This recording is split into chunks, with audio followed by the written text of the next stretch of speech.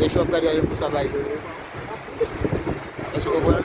Se bato kalap yo tro yo pala ve ou Panama yo pete ou majorite di nou an. Ou luka fè an joun yo 2 jou ap mache kon sa pou ka rive kote pou rive ya. E se kompren sa di la. Donc tout ça c'est bateau.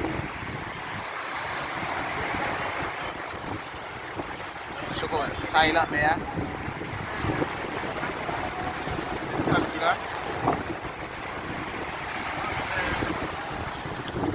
Donc c'est que ça va y aller. Je vais aller là, c'est moi. Si plage là, la nappe pour petit. Il faut qu'à partir là. Moi, c'est un chalet le fait là-bas. Est-ce que vous comprenez? Donc, c'est comme ça y est.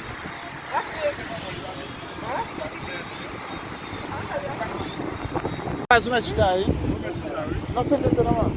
Não te preocupes, sente-se.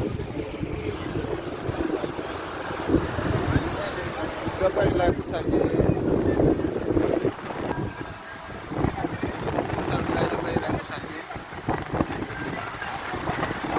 Ça est difficile devant le ticket. À côté de l'édifice là.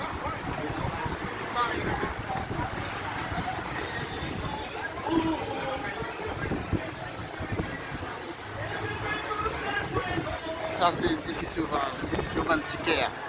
Et là vous venez pour acheter le ticket. On marque station de police à Nekokli. Donc c'est pour ça que ça veut dire c'est que nous avons pour nos centres d'affaires. Ticket va facile ici. Tout ça n'a pas de facile. Il va facile. Elle dit pour jeune ticket à la fois pour acheter le ticket.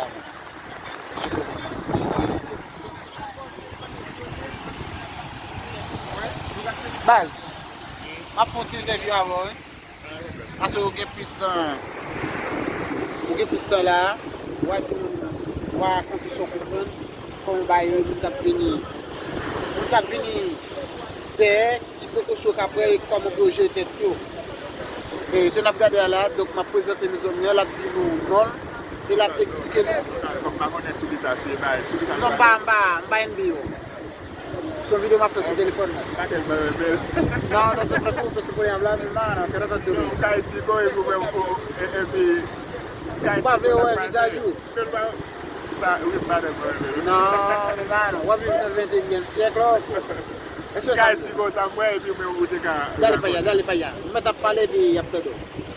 Non, tankou pa kon, tankou nan outan ba, tankou nan komanseman, lè moun arive. Non, visa le papa. Yo, mdave skito, tankou, kote ka... Non, wap pale Yaptedo sortia. Es internacional. ¿Cuánto tiempo tiene acá? ¿Acá? ¿Me cogí? Ajá. Lise depi avoye, oui. Lise kari bali en Mira, español. hable con esa gente española. Dígale lo que entiende de acá. ¿Cuál es su nombre? Wesley. ¿De dónde viene? De Chile. Ajá. Entonces yo también vengo de Chile. Entonces tengo muchísima gente que me están preguntando. Me han dicho que, mira, vaya adelante para que me diga lo que hay.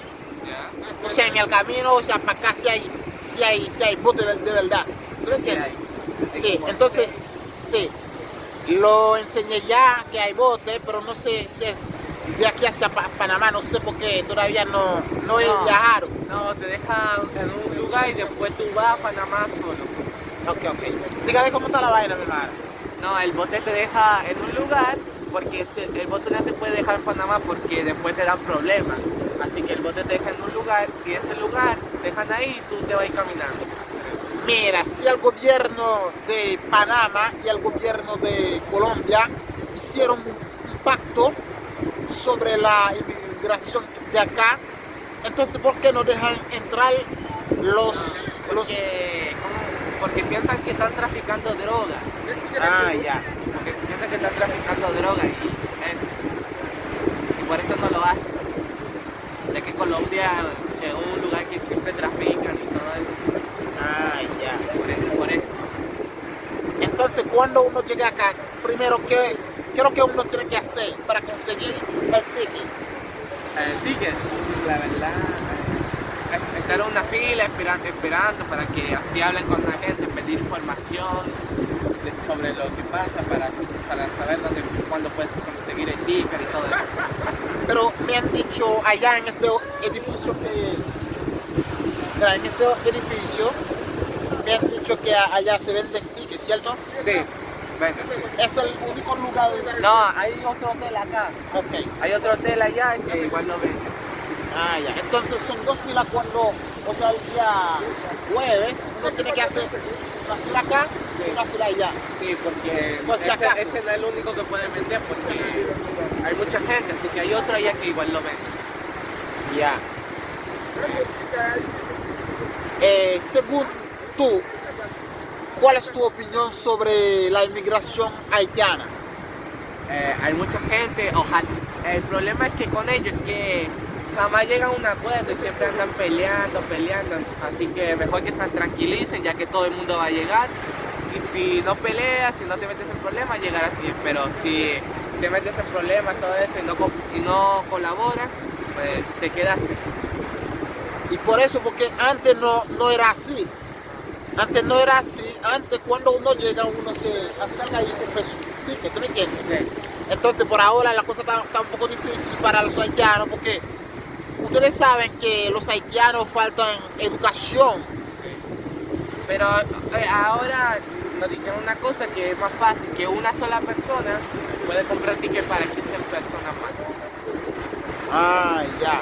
Pero con su pasaporte y cosas. Sí, sí, puede comprar para 15 personas más para que no anden ahí peleando. Se disminuyen. Exactamente. Ya. Te entiendo. Ya. Pero tú estás viviendo con su pariente acá. Mi mamá, mi padre. Coño, pero yo vine solo, loco. Vine solo. Ojalá que ya compraste su vaina, su vuelo Para el jueves. para el jueves. Hoy ya lo compró. ¿Ah? Hoy ya yo me tenía que ir, pero nos dijeron muy tarde y no teníamos como cosas para llevar. Así que para eso le tenemos. Ah, ya. Entonces, j'adapte la muñeca cosa ça est et monsieur que nous ouais comme en réalité c'est pas mon cap dire.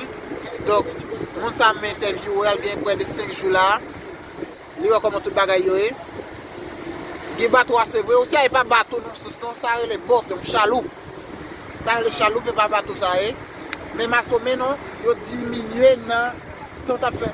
Est-ce que les bateaux mira, no sé si tú sabías eso. No sé si tú sabías eso. Antes no había bote. ¿Dónde andaban esa gente para ir allá? No sabes tampoco. Les pas de bateau. Qui va me sortir con passer pour aller? Est-ce que c'est l'homme obligé à faire pour te C'est l'homme pourquoi c'est l'homme pour parce que c'est libre pour mettre côté pour aller. Entonces bagay Panama sa rôle parce que tú tienes sentido, loco. Non, igual forcément c'est de l'eau parce que pour que les gens voient Panama c'est ça pour mettre la moitié et il va pas tomber avec et consacrer mon qui dit Ribéry pour que Panama mais que consacrer mon de distance c'est pas prendre 5 jours des mon qui ça va aller pour les bateaux avec là pas bon pour le Panama et la filière avant Panama oui. Porque no se pueden ingresar en la tierra ajena. Okay. Sí, porque tú sabes cómo son esa gente, son peligrosos. ¿Tú me entiendes? Están traficando en todos lados. Así sea la cosa. Mira, me alegro de contarle todas estas historias para que ustedes sepan cómo está la cosa, cómo está la vaina.